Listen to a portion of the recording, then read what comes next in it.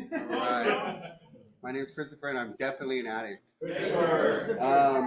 It's crazy because I love attention, and right now my stomach is in knots, and I cannot think of like a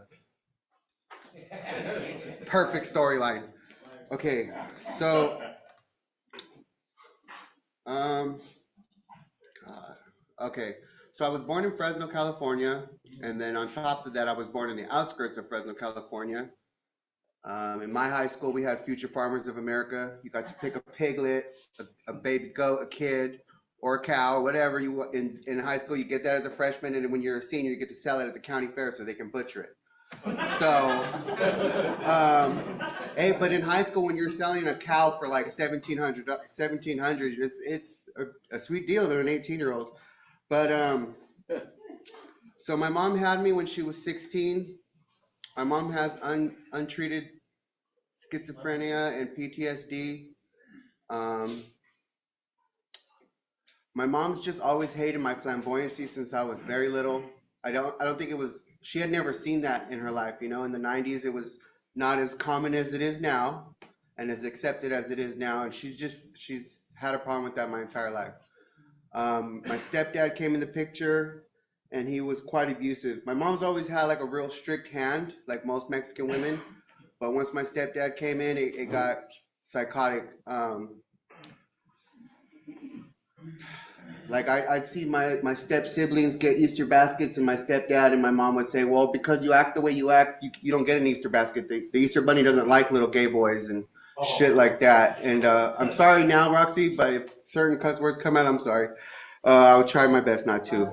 And I love you very much. And I used to watch my stepdad do way out stuff like swing my mom's cats around when she wasn't home.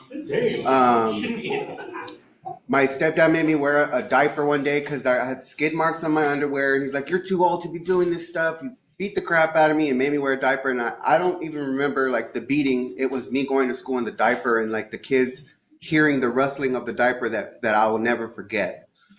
I've always been really big. I was 300 and something pounds at like 11 years old. And so my nickname was Fat Chris. And it's funny because in my autobiography, I've said like, I used to be so ashamed going to Payless because my friends had vans. My grandma's like, "Well, we're going to go over here and get you the knockoff brand." And at the time I was so embarrassed because, you know, the kids are ruthless. Kids are like, "You got Airwalks," exactly. And what's funny is like, I told that to Nancy and Nancy said something that fucking broke my heart. She's like, "Yeah, well, at least you got Payless. I didn't even get that." And it reminded me that like, I always think I've had the worst hand in life. In reality, I would lovely walk with my grandma into Payless right now if I could, and be proud of it. The abuse got so bad that CPS took me and my sister away from my mom because me and my step siblings would come to school covered in bruises, and a teacher finally had it. And I'll never forget, like, the photographers come and they're like, "Take your clothes off." They photographed me and my siblings. And like, I remember trying to protect my sister and my younger siblings. Like, "Why do you have a camera? Why are you telling us to take our clothes off?" And like, once they started asking me questions like, "What's going on in your house? How does your mom parent you? How does your stepdad parent you?" And like, I'll never forget like just saying everything I could, and like remembering the being in the back of that county car, just crying because I felt like I snitched on my mom, but at the same time I felt safe. And my grandmother took custody of us. Um, and once I went there, I was a jerk. I was rebellious. I always had something to say. I still always have something to say. Um, I would throw things at my teachers and threaten them with my grandmother if they had a problem with it, because my grandmother would pull up and come have her grandsons back, and even if I was wrong. And unfortunately, when I was like 14, both grandparents passed away, and I was left alone in the home when I was in high school, and I had just found meth.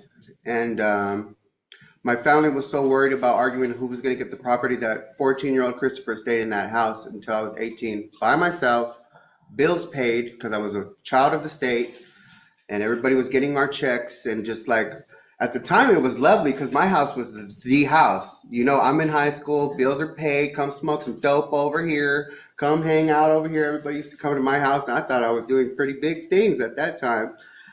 And when I turned 18, all of a sudden my family decided to come and tell me I needed to get a job or move out. And I'm like, a job? What is that? And my homeless street adventures began. And, I got into selling my body to get high. I got into kicking it with people that were doing some way out stuff that I would kick at with people that were doing home invasions, and I'd be chilling with them because I would like get giddy off watching them be jerks to other people, and I'm just like, yeah, the violence would just make my high that much better, man. And after that, I caught an assault with a deadly weapon because somebody tried to steal some money from me, and I was hungry, and all I had was some weed, and it was raining outside, so I couldn't even go outside to sell my body again to get something else to eat. I would remember starving, and then somebody they punked me for my money in the moment, and I came back, and I made sure to get my money back. But then I also caught my first charge. And once I realized that if I went to jail, I would get a free meal and a bed and a shower, I loved it. And being gay, it's a little more fun, but but it wasn't a punishment. It wasn't a punishment to arrest me because I was hungry all the time. I was dirty all the time. I was doing ungodly things just to get loaded. And jail was a place that comforted me, and eventually I ran out of people to get money from in Fresno, and I got on a Greyhound and I came to West Hollywood because all the gays in Fresno were like, yeah, girl, you need to go to West Hollywood. That's where it's at. And I got on a Greyhound. I'm like, let's see what West Hollywood's about, And the judge, they arrested me because I was obviously absconding. And the judge is like, well, you want to jump counties? You get to go to prison now. And it was in prison I had my spiritual awakening because I was washing clothes. I had so much food I'd have to give it away. And I was like 22 at the time. All the older guys would be like, they would try, I don't know what they were trying to do with me, but they were trying to make money off me. And I just remember thinking what the fuck is this? What is this creation of a place? And I would sell my sleeping pills, and I would meet people that were younger than me that were facing 15, 20 years. And then I would meet people that were in their 50s facing another 15, 20 years, and they were comfortable.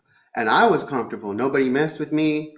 Nobody bullied me in prison, and it wasn't as scary as people make it seem. And I will never forget sitting in the day room, looking around and thinking oh no, this is my future, and that's all I knew. I didn't know anything else besides that. And they asked me where I wanted to go, and I'm like, anywhere but Fresno. And I landed at Safe Refuge in Long Beach. That was 2015.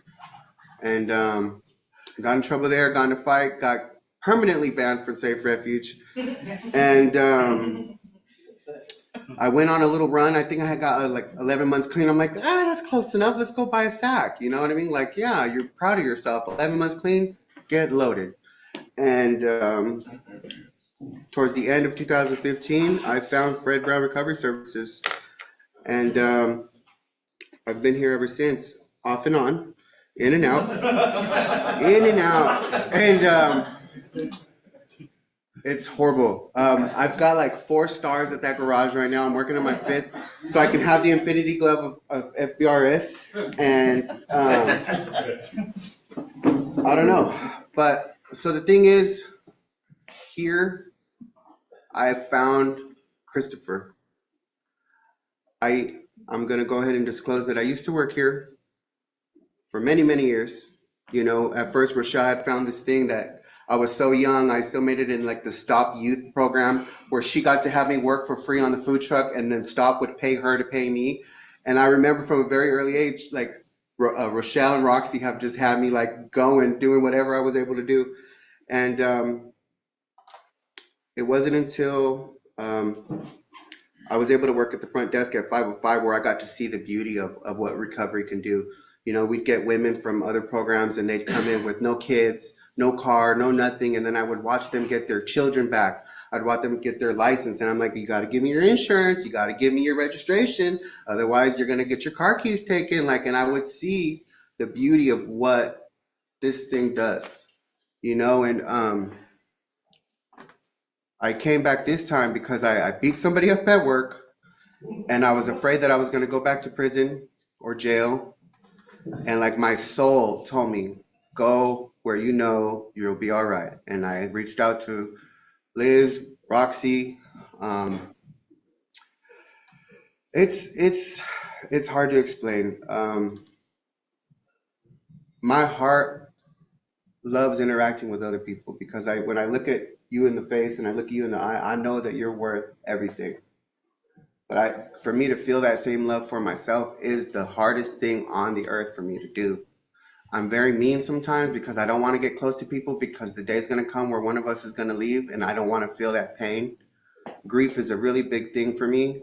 Every single day I think about my grandparents, and it's not like a wham, cry thing. It's like life is life, and we just never know when like today's the last day. You just never know when's the last time you're going to see somebody. And I'd rather not get close to you so that way it doesn't hurt me. And I don't know. I love everybody else way more than I love Christopher. And that's something that I'm working on. I've come here and I've tried to take my mask off this time because I'm so used to like trying to make everybody like me and look for attention, seek for attention. And it's just like this time around, I just want to program. I want to understand why I keep coming back. Why do I keep relapsing? Why do I keep failing? And I know this time it was because I kept trying to drink like a gentleman, and it wasn't the case because I'm not a gentleman when I'm drunk. And obviously, and it's just like I think the whole time I was never able to actually do a 100% step one because I'd hear them say you can't have drugs or alcohol, and in my mind I'm like, well, meth ruined me, but alcohol and champagne and wine, man, like I just wanted that experience of going to the club and the bar and whoop-de-whoop. Well, now in the last 2 years since on a run, I've got a permanently dislocated arm. I've got like a lot of injuries, lost a really good job. And it's just like, I think I've learned that me and alcohol are on the same page as me and meth. And I'm okay with that. I'm grateful that Nancy, Roxy, and Liz are here. I'm so proud of all these women here. And to see Scott here again, Scott used to be my house manager. Scott had to talk to me real sternly a couple of times because I was not listening. I don't know, man. I love this place. I came here because I know this is a place that's a higher power. You know what I mean? No one in particular person at Fred Brown is on a pedestal, but the whole motion of Fred Brown for me is safe. And it's like comforting to come here, you know, because if I need something, I can say something. And if I need to talk to somebody, cry to somebody, I do, and I will. And I just want to say, like, so when my mom found out I was gay, she locked me in a closet and would read the Bible out loud to me. So the name Jesus is something that kept me away from like the program for a long time. So if you're like me and the name Jesus spooks you, nowhere on there does it say the name Jesus. It says God as we understood him. You don't have to believe any particular way. You do have to believe in something that's higher than you, and you'll find freedom of some kind. And that's why I keep coming back. I can't really tell you how to stay clean, but I can tell you to just keep coming back and to not be ashamed if you do fall. Relapse is obviously a part of my story. I got a lot of love for everybody in here, even if I don't know you. And I wish the best for everybody, and thank you for letting me share.